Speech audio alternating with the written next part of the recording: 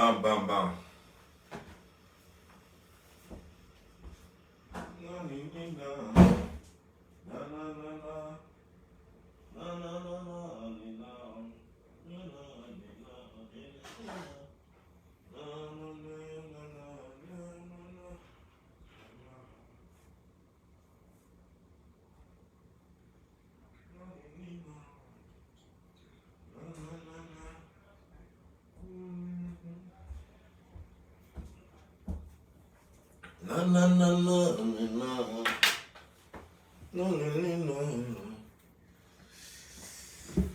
Ok, bonsoir, bonsoir. Comment ça va? Ça va bien? Ok, moi chez moi ça va pas trop parce qu'il y a une situation très grave qui se déroule en ce moment même où je vous parle au Maroc. Alors connectez-vous au maximum et je vais vous rendre compte. Je vais vous dire ce qui s'est réellement passé là-bas et de quoi il s'agit. Merci. Connectez-vous. Je vais boire de l'eau. Voilà.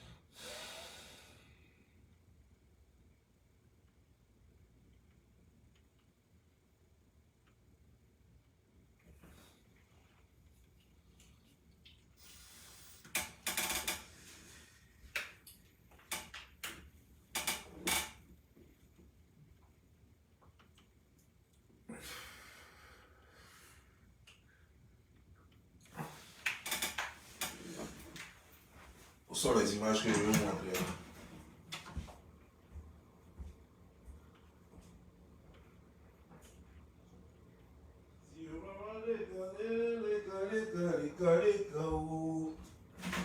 Zio. Amumba. Attends. Où est mon deuxième téléphone?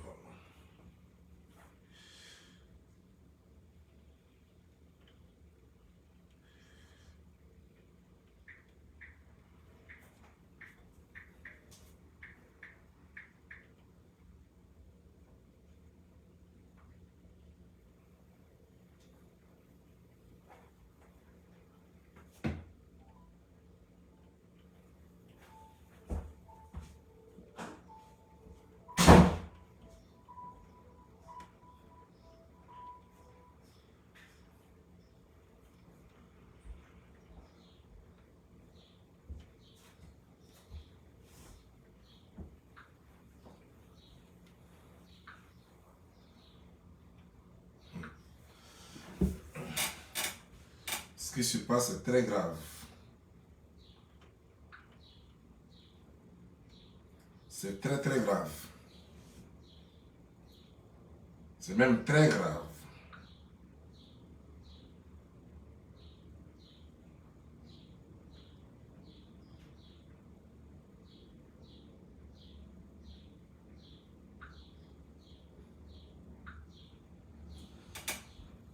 Vous voyez ce qui se passe là?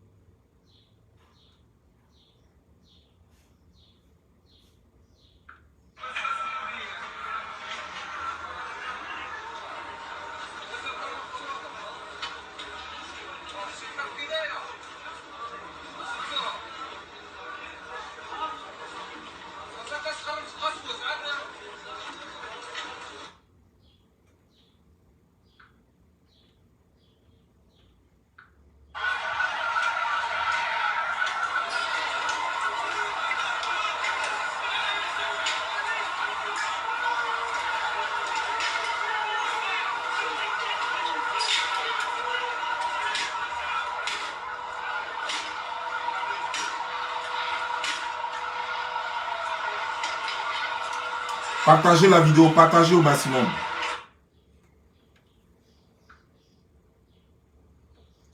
Et ça sont les morts. Les morts, les Africains tués.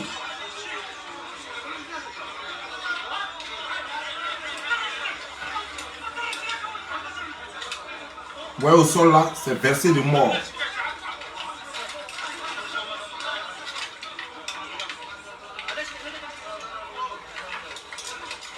Bon.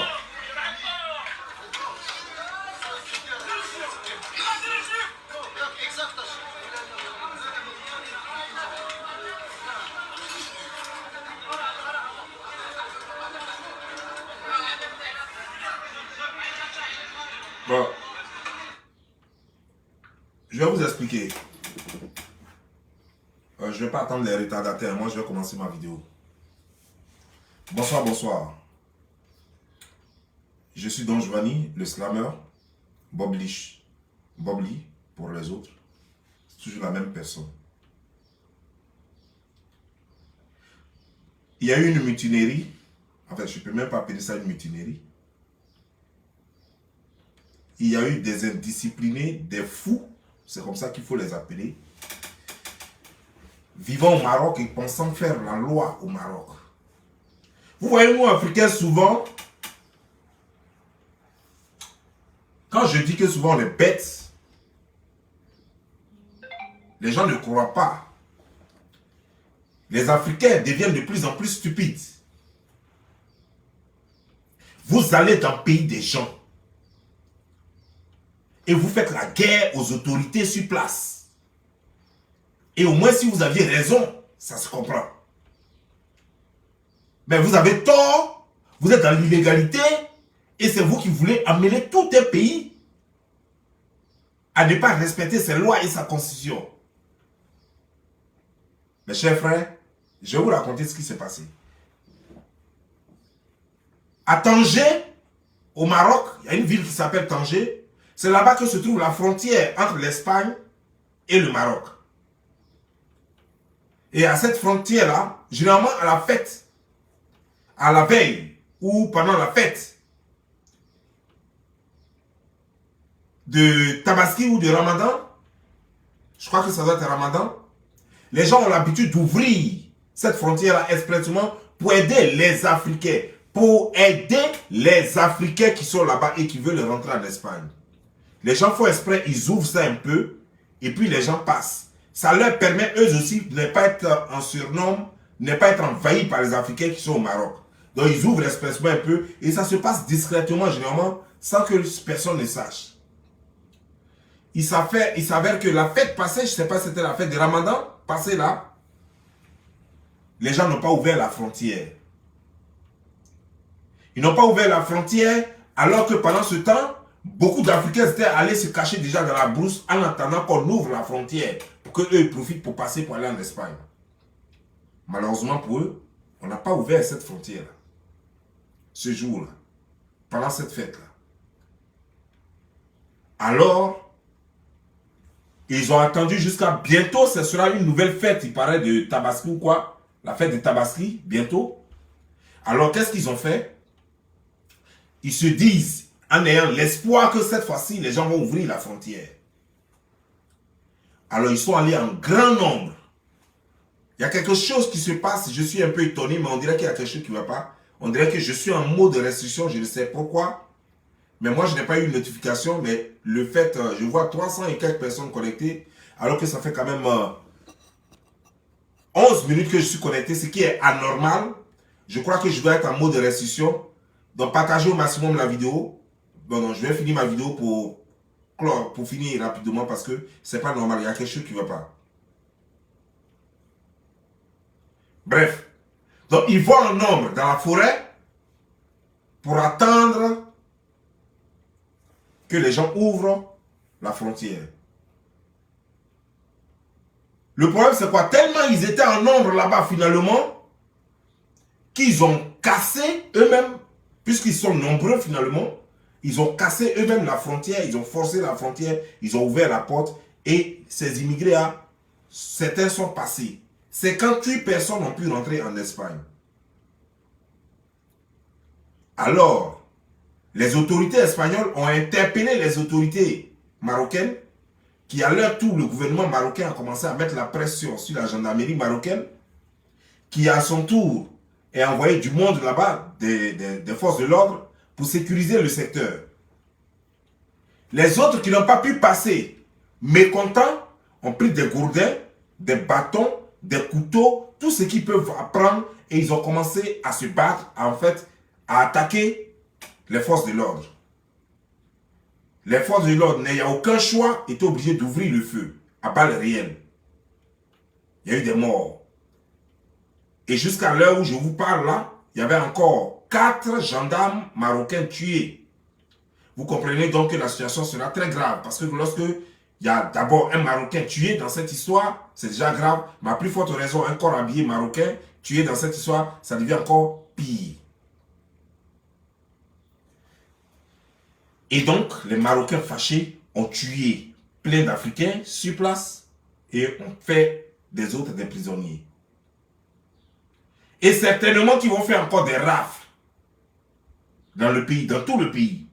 Donc si vous m'écoutez, si vous êtes au Maroc, si vous êtes malin, vaut mieux ne pas sortir pendant ce temps. C'est très dangereux. Vous pouvez être tué par des Marocains, eux-mêmes qui ne sont pas des forces de l'ordre, mais qui sont révoltés par le fait qu'on ait tué leurs frères. Ou vous pouvez être arrêté par les forces de l'ordre. Et peut-être pire, des forces de l'ordre qui ont perdu un de leurs collègues. Parce que sachez que, comme dans tous les pays, il y a des forces de l'ordre zélées. Certains ne pourront pas supporter qu'un noir tue un de leurs. Peut arriver même à commettre l'irréparable, à vous tuer. Donc, vaut mieux en ce moment-là, si vous êtes au Maroc, vaut mieux ne pas sortir. Pour ceux qui peuvent partir au pays et puis revenir, ce serait mieux. Parce que la situation est très grave. Mais cela nous interpelle. Nous devrons comprendre donc que ce que les Africains font finalement au Maroc, ce n'est pas acceptable. C'est inacceptable. Parce que ce que vous ne pouvez pas accepter dans votre pays, n'acceptez pas ça dans le pays des autres. Les Marocains ne se comportent pas comme ça en Côte d'Ivoire. Les Marocains ne se comportent pas comme ça dans les autres pays où ils vivent. Dans les pays noirs où ils vivent, ils ne se comportent pas comme ça. On n'a jamais vu un groupe de Marocains. C'est vrai qu'il y a des cas isolés. Mais on n'a jamais vu un groupe de Marocains, une communauté marocaine, aller attaquer les forces de l'ordre jusqu'à en tuer,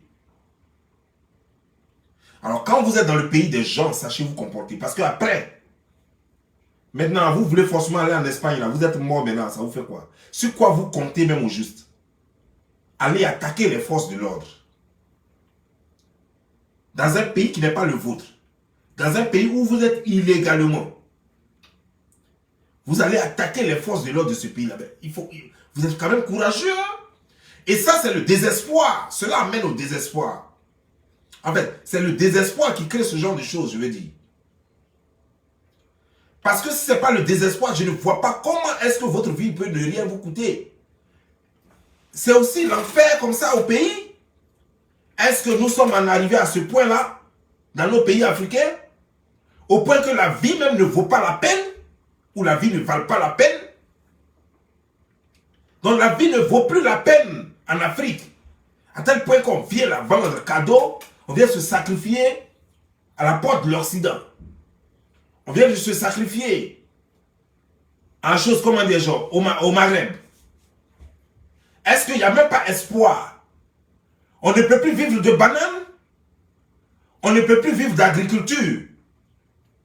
On ne peut plus faire la tomate, le riz, l'igname, le taro. Qu'est-ce qui ne va pas?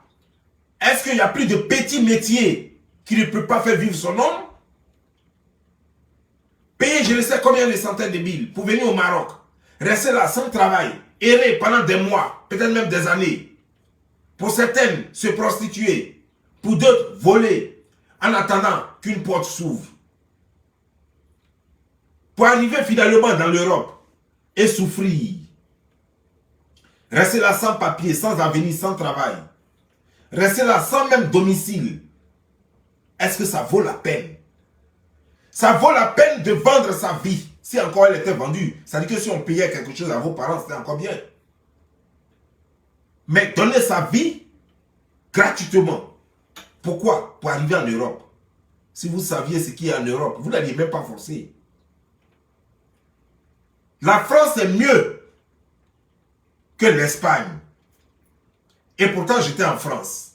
Et pourtant, beaucoup de personnes connaissent la France. C'est la galère. C'est la misère en France. Il va falloir que les gens, peut-être de plus en plus, fassent des vidéos pour vous montrer la misère des gens. Mais on ne peut pas exposer la galère des gens, c'est ça le problème. Sinon, on allait vous montrer ce que c'est que la France. Et je vous dis que la France se porte mieux que l'Espagne et l'Italie où vous partez souvent. La France se porte mieux que l'Espagne et l'Italie. Alors que c'est dans ces pays-là que vous allez. Pour faire quoi? Travailler dans des plantations de tomates. Pour gagner combien? Alors que vous pouvez travailler dans des plantations de tomates chez vous. Vous pouvez avoir votre propre plantation de tomates chez vous. Et puis gagner plus d'argent que ce que vous gagnez, les miettes que vous gagnez en Italie dans les plantations de tomates. Et en Espagne dans les plantations de tomates. Le problème est que quoi? Vous pensez que c'est en gagnant beaucoup d'argent qu'on peut économiser et réaliser. Ça, c'est vous. C'est ce que vous pensez. Vous pensez que on est quelqu'un, on peut économiser que quand on gagne beaucoup d'argent. C'est quel économiste qui vous a appris ça? C'est quel comptable qui vous a dit ça? Quel spécialiste en finance qui vous a dit? On économise. C'est en économisant qu'on devient riche. C'est pas en gagnant beaucoup d'argent qu'on devient riche. Je vais vous prendre un exemple simple. Si vous gagnez 1000 $, que vous en dépensez tout au plus, vous réglez vos dépenses à 700 $ par mois, mais vous pouvez économiser 300 $. Mais si vous gagnez 20 000 $ par mois et que vos dépenses font 25 000 $, vous allez voir que vous allez vivre de dettes. Vous serez endetté à vie. Vous serez dans un labyrinthe sans fin. Donc le problème, ce n'est pas d'aller en France, d'aller en Occident pour gagner beaucoup d'argent. Le problème, c'est comment il faut gérer son argent au pays. Mais vous allez me dire, mais toi, Don Giovanni, toi, Bob Lee, mais tu dis ça, pourquoi tu ne viens donc pas au pays? Je sais que c'est votre langage. Je veux vous sauver la vie. Moi, je n'ai pas quitté la Côte d'Ivoire parce que je n'avais plus rien à manger. Si c'est de moi que vous voulez parler. Je n'ai pas quitté la Côte d'Ivoire parce que c'était dur, parce qu'il n'y avait pas de travail. Moi, très tôt, j'ai appris à chercher pour moi. Très tôt, j'ai vendu librairie par terre. Je ne gagnais pas assez. Mais dans la journée, je pouvais partir à la maison à 800 francs avec 1000 francs par jour. Ça m'a aidé à payer mes études. J'ai vendu comment dire-je, médicaments chinois dans les voitures, dans les gares, partout, Dabou, Bassam.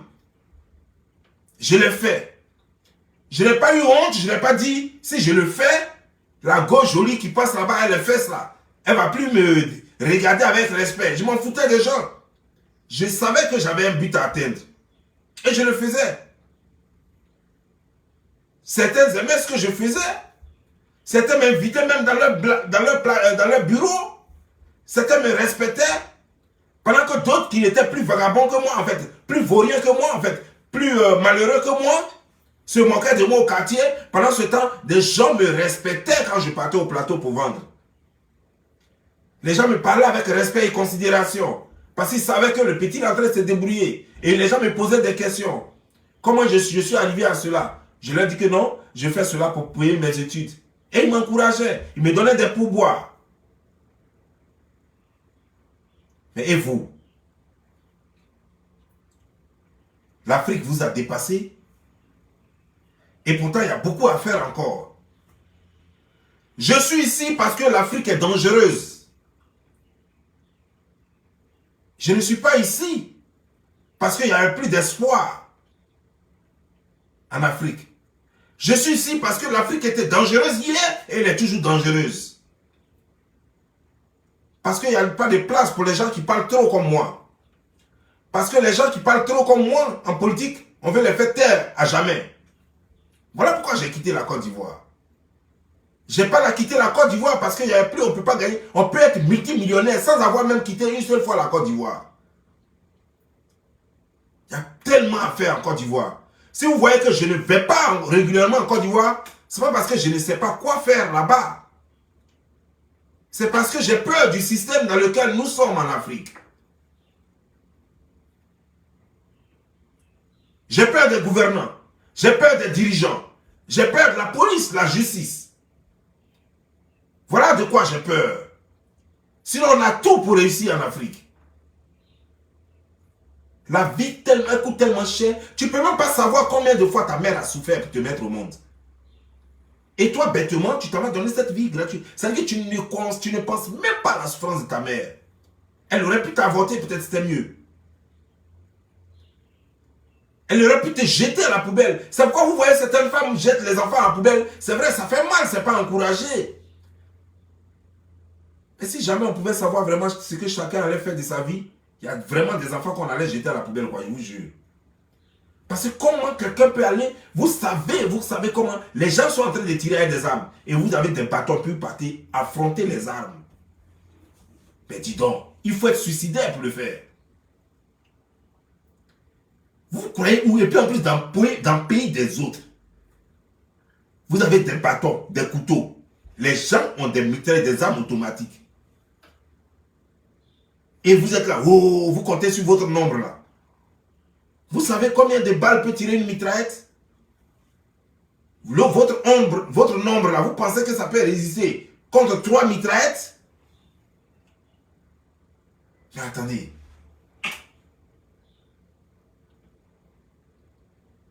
C'est quoi ça? L'Afrique devient quoi? La mort ne vous dit plus rien. C'est pas pour aller mourir à Médouza. C'est pour mourir à Tanger. C'est pas pour mourir à Tanger, c'est pour mourir quelque part encore là-bas.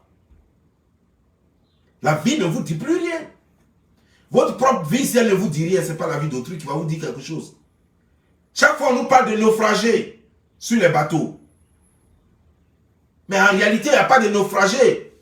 Ce sont nos frères qui prennent d'autres frères et sœurs pour les jeter dans l'eau. Lorsque le bateau, il y a plein de personnes dessus. Lorsque le bateau est bourré et que ça va chavirer, il y a des gens qui prennent d'autres gens pour les jeter à l'eau. Parce qu'ils estiment que si toi on te jette à l'eau, le bateau va peser moins. Il n'y a pas de naufrage. Si un bateau s'est noyé en pleine mer, tout le monde meurt, il n'y aura pas de survivants. Alors quand vous entendez, on dit bateau s'est noyé, il y a eu survivants. C'est faux. À un moment donné, le bateau a failli chavirer et des gens ont pris leurs propres frères et sœurs pour les jeter à l'eau. C'est comme ça que d'autres meurent. Et les autres, quand on voit que maintenant le bateau s'est stabilisé, on arrête de jeter les gens à l'eau et les autres arrivent. Voilà comment les gens meurent. Ayez le courage de dire, ce sont les Africains qui tuent leurs propres frères et sœurs africaines. On peut te prendre, toi et ton bébé, et puis te jeter à l'eau. Tout simplement parce qu'eux veulent survivre pour arriver en France, en Italie, en Espagne. Pour ça, ils vont tuer un bébé, ils vont tuer le bébé et sa mère.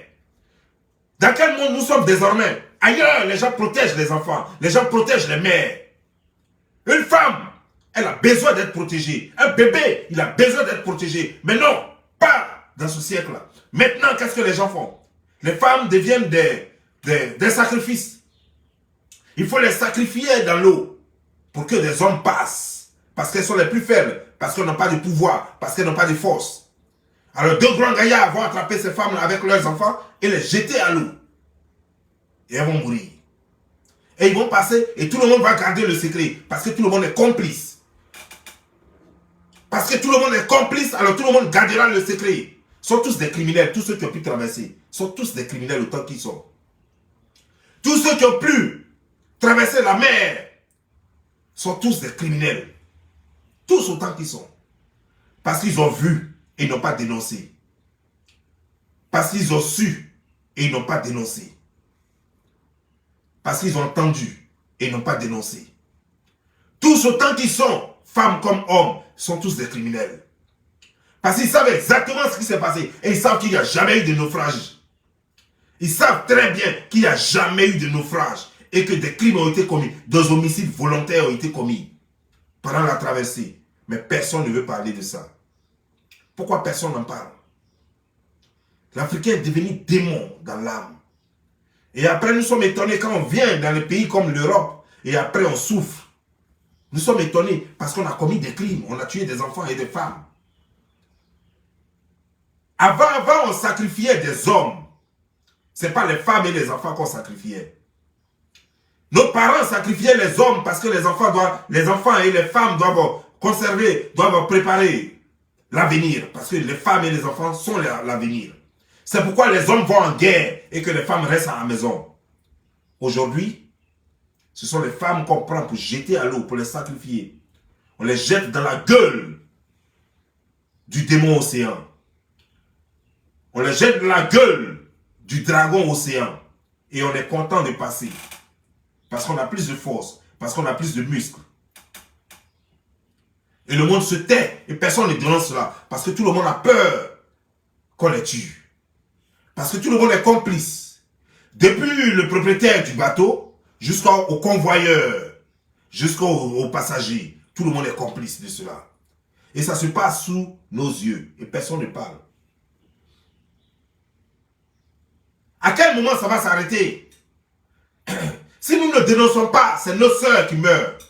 C'est nos enfants qui meurent. Ces gens qui meurent peuvent rendre service à ce monde. Peuvent te rendre service, peuvent rendre service à ton enfant. Cette femme pourrait être ton futur, ton avenir. Cette fille qui meurt aujourd'hui dans l'eau, elle pourrait être celle qui t'a apporté le bonheur. Celle qui t'a fait tes enfants. Cette femme, elle pourrait un jour te donner de l'eau à boire chez elle. Elle pourra un jour te donner un plat. Elle pourra un jour payer ton ordonnance. Elle pourra un jour devenir docteur, infirmière pour prendre soin de toi dans un hôpital. Elle dit à celui-là, non, ne le touchez pas, il est de chez moi. Il est de mon pays, il est même de mon village, il est même de ma région. Ah, lui là, c'est un Sénégalais. Mais c'est mon frère, les Sénégalais, ils sont pleins chez moi. Ah, lui là, c'est un Malien. Les Maliens sont nos frères aussi. Moi, je suis Ivoirien. Nous, les Maliens, nous sommes des... Cette femme peut un jour te sauver. En tant qu'infirmière, en tant que sage-femme, même en tant que balayeuse. Et même, elle peut devenir un jour députée. Comme Kéké. Qui savait que Kéké allait devenir député un jour? Je suis sûr que si vous aviez vu Kéké dans un bateau pareil, vous alliez la jeter à l'eau. Mais Kéké est devenue députée. Elle va parler au nom de tous les Français et Françaises. Qu'est-ce qui vous prouve qu'il n'y a même pas les gens, les femmes que vous jetez à l'eau? Peut-être qu'il y a la présidente de la Nouvelle-France parmi ces gens. Peut-être que l'enfant que vous prenez pour jeter à l'eau, peut-être que c'est le futur président de la France ou même des États-Unis.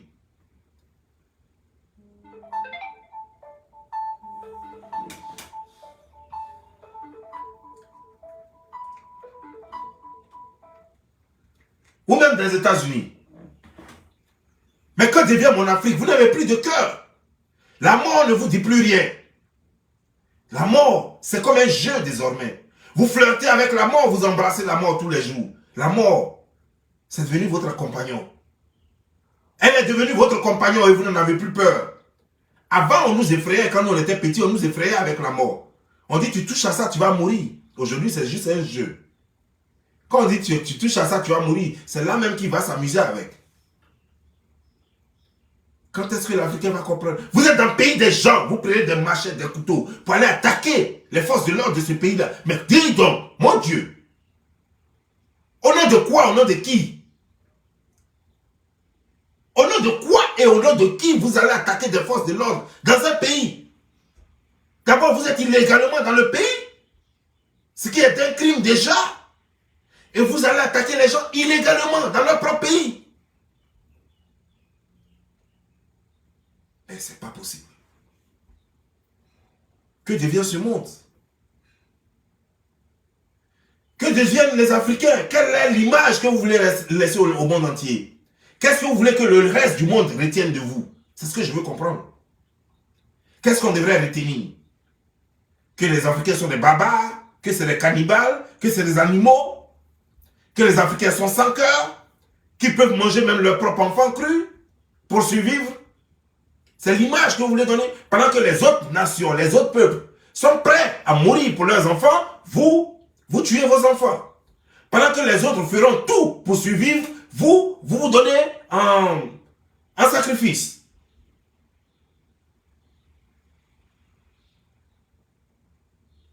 Chers frères et sœurs, est-ce que ça donne envie d'être appelé africain? Est-ce que ça donne envie d'être africain? Est-ce que ça donne envie d'être vu comme africain quand on voit tout cela? Des gens stupides qui n'ont même pas réfléchi, qui ne réfléchissent même pas aux conséquences de leurs actes. Des gens, je me demande même si vraiment ils savent ce que signifie la vie. Est-ce qu'ils connaissent le prix de la vie? La vie n'a pas de prix, mon Dieu. La vie n'a pas de prix tellement elle est chère, la vie. Et vous allez donner votre vie gratuitement? Gratuitement? Pour des bêtises? Encore, si vous décriez, vous faites des marches pour décrier les conditions difficiles dans lesquelles vous vivez en Afrique, c'était encore mieux. Vaut mieux aller affronter la police de votre pays pour dire que nos conditions de vie sont difficiles. Et si la police de votre pays vous tue, c'est légitime. En fait, c'est-à-dire que votre combat est légitime. Vaut mieux vous lever pour demander à vos gouvernants de créer des conditions de vie meilleures pour vous. Si c'est vos policiers qui vous tuent, on peut comprendre. Le monde entier va vous pleurer comme des héros, comme des martyrs. Mais vous allez mourir bêtement pour un gate que vous voulez ouvrir. Vous allez mourir bêtement pour un combat sans issue. Parce que vous pouvez arriver dans ce pays-là. Tu peux même ouvrir cette barrière, rentrer en Espagne et on peut te prendre là-bas pour t'expédier dans ton pays encore. Qui te dit que ce n'est pas possible? Vous pensez que parce qu'il y a des droits de l'homme là-bas, les droits de l'homme là, ce sont eux les blancs qui ont fait ça. Et c'est les mêmes blancs qui vont dire, on s'en fout aujourd'hui des droits de l'homme. On vous prend, on vous jette. Et ils vont vous ramener chez vous. Mais pour qui vous pensez? Ou bien quand on arrive en Espagne, ou en France, ou en Italie, on est désormais au paradis. Mais qui vous dit que chez eux, il n'y a pas de clochards? Qui vous dit que chez eux, il n'y a pas de chômeurs? Mais vous ne voyez pas à longueur de journée les marches qui se font en France avec les gilets jaunes et autres pour décrire leurs conditions de vie? Vous ne voyez pas les wesh-wesh qui sont en France? Allez-y au Château Rouge, Berlin Rouge, Guéret Rouge, Rouge, Rouge. Vous allez voir la galère. Vous allez voir comment les gens vivent. Vous ne voyez pas que les gens même marchent dans France, là, dans certains quartiers, les gens marchent en tapette avec des palmes, comme s'ils étaient à Djamé. Allez-y à New York. Oui, allez-y à Harlem. Vous allez voir. Vous allez voir que des gens marchent encore en tapette avec quelque chose, avec Drégeba et même Pagnoret, comme s'ils étaient encore à Yopougon quelque part là-bas, dans une cour commune devant Sikobois. Qui vous a dit que quand on arrive ici, c'est la réussite garantie? Si c'était la réussite garantie, c'est qu'on n'allait même pas trouver de pauvres ici. Vous ne savez pas qu'il y a des Noirs qui sont venus ici, il y a seulement 5 ans, qui sont plus riches que des Américains qui sont nés ici depuis 40 ans. Depuis 50 ans, certains depuis 60 ans. Qui vous dit qu'il n'y a pas des Africains qui sont venus ici depuis, ils sont là depuis 30 ans? Mais même 1000 dollars, même ils n'ont pas dans leur compte. La vie, ça dépend de comment tu construis ta vie. La même vie que tu peux construire aux États-Unis, tu peux la construire de l'autre côté. Seulement tout se passe dans ta tête. Si toi tu es convaincu que c'est seulement aux États-Unis que pour toi va sortir, ça veut dire que tu ne feras rien pour changer ta condition de vie en Côte d'Ivoire. Mais si tu es convaincu que pour toi va sortir en Côte d'Ivoire, tu mettras tous les moyens nécessaires en place pour que ça sorte en Côte d'Ivoire et tu réussiras là. Mais si tu penses que tu vas réussir en France, tu ne feras rien pour changer ta condition de vie et tu vas rester là pendant 30 ans et ta condition de vie sera pareille parce que tu t'es mis dans la tête que il n'y a que seulement en France que tu as réussi. Tu t'es bloqué toi-même, ce n'est pas un sorcier qui t'a bloqué. Mes frères et sœurs, ça ne vaut pas la peine de vous faire tuer dans l'eau ou alors je ne sais quoi, dans les bateaux, dans les pirogues ou en forçant par exemple les choses. Votre vie vaut mieux. Si vous voulez forcément aller en Europe, attendez juste votre temps. Chaque chose a son temps, faites bien les choses. Soyez plus intelligent. Vous n'avez pas besoin de faire la bagarre à quelqu'un. Vous n'avez pas besoin de faire la guerre à quelqu'un pour aller en Europe. C'est pas malin. Et maintenant, quand vous faites ça, vous pensez qu'à vous seuls et les autres qui viennent. Lorsqu'on va commencer maintenant à brimer tous ceux qui sont au Maroc, On va commencer maintenant avec le contrôle des papiers à tous les Noirs qu'on va voir. Pourtant, vous êtes des milliers à ne pas avoir de papiers au Maroc là-bas. Vous pensez que vous allez faire quelque chose de bien? Vous gâtez tout sans penser même à vos frères et sœurs. Maintenant, quand on va commencer à faire un contrôle systématique de tout le monde, que tu sois dans le bus, que tu sois à pied, que tu sois en voiture, que tu sois dans la maison, on va taper même les maisons pour demander les papiers. Vous allez faire quoi? On va commencer à vous rapatrier en désordre. Vous allez faire quoi? Vous fermez la porte à vos frères. Certains n'ont même pas besoin d'aller en Europe pour survivre. Et déjà, eux gagnent leur vie au Maroc là-bas. Certains même sont simplement des étudiants qui ne sont pas dans vos bêtises. Mais à cause de vous, on va les harceler. On va les harceler. Pourquoi Africains réfléchissent comme ça? Pourquoi il va falloir que vous soyez toujours comme ça? Pourquoi vous ne réfléchissez pas à l'ensemble? Pourquoi vous ne réfléchissez pas à groupe, à peuple, à communauté? Et puis vous réfléchissez à vous seul, tellement vous êtes égoïste. C'est pourquoi vous êtes toujours prêt à salir vos noms, sans penser que quand un seul Africain salit son nom, c'est toute la communauté africaine qui est salie. Quand un seul Africain embellit le nom, son nom, c'est tout le peuple africain qui applaudit. Alors, soyez les Sangama ou bien Ngama ou bien comment il s'appelle là, le jeune malien qui a sauvé la vie en France. Soyez ce jeune-là, posez de bonnes actions et ne salissez pas. Plus vous allez poser de bonnes actions, le monde va s'ouvrir à vous. Les gens vont vous ouvrir les portes. Les gens ne vont pas vous voir en démon. Quand vous vivez dans les quartiers, soyez propres, ne baissez pas l'eau sale partout. Ne chiez pas partout, ne pissez pas dans les rues, parce que ce n'est pas comme ça que les gens vivent chez eux. Quand vous allez commencer à bien vivre, les gens vont vous intégrer. Eux-mêmes vont demander que vous venez encore en nombre. Parce que plus vous êtes là, eux ils vivent bien. Mais quand vous êtes là et que vous leur rendez la vie pénible, comment voulez-vous que les gens, Gassama, merci. Quand vous êtes là et que vous leur rendez la vie pénible, comment voulez-vous que les gens même soient encouragés à vous-même prendre? Avant, je vais vous dire la vérité. Avant que nous tous on ne connaisse l'Occident, nos aînés, souvent les Français même les hébergeaient chez eux, tellement ils étaient bons. Jusqu'à les Françaises les épousaient, même elles payaient même leurs études. Aujourd'hui, là, aucune Française ne va le faire, parce que les Africains ont montré leur ingratitude et leur hypocrisie, leur égoïsme. Et pourtant, il y a beaucoup de choses qui ont été possibles avant. La Française même quittait même la France et elle partait vivre avec l'Africain en Afrique. Les Fologo, la femme de Fologo l'a suivi jusqu'en Afrique. Jusqu'aujourd'hui, ils sont ensemble. Ça fait plus de 40 ans, plus de 50 ans que Fologo est avec sa femme. Elle est quittée, c'est en France ils se sont rencontrés aujourd'hui. Ils sont encore en Côte d'Ivoire là-bas. Vous qui mariez les Françaises là, combien de Françaises peuvent vous suivre aujourd'hui? Combien de Françaises sont prêtes à vous suivre? Parce que vous êtes tellement égoïste. À peine même vous les amenez même en vacances. Parce que vous préférez qu'elles restent là-bas et puis vous allez allumer les go noirs. Parce que vous ne leur donnez plus le respect. Parce que vous êtes devenus des truands, des malhonnêtes.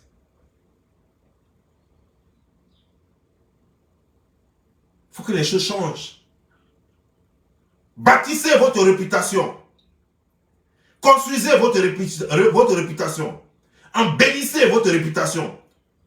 Cela vous sera bénéfique. Cela nous sera bénéfique. Ne pensez pas à vous. Ne pensez qu'à vous. Ne pensez pas qu'à vous. Pensez à nous. Ça sera de l'intérêt de tous. Si ce, je vous laisse porter ou bien que Dieu vous bénisse. Ciao.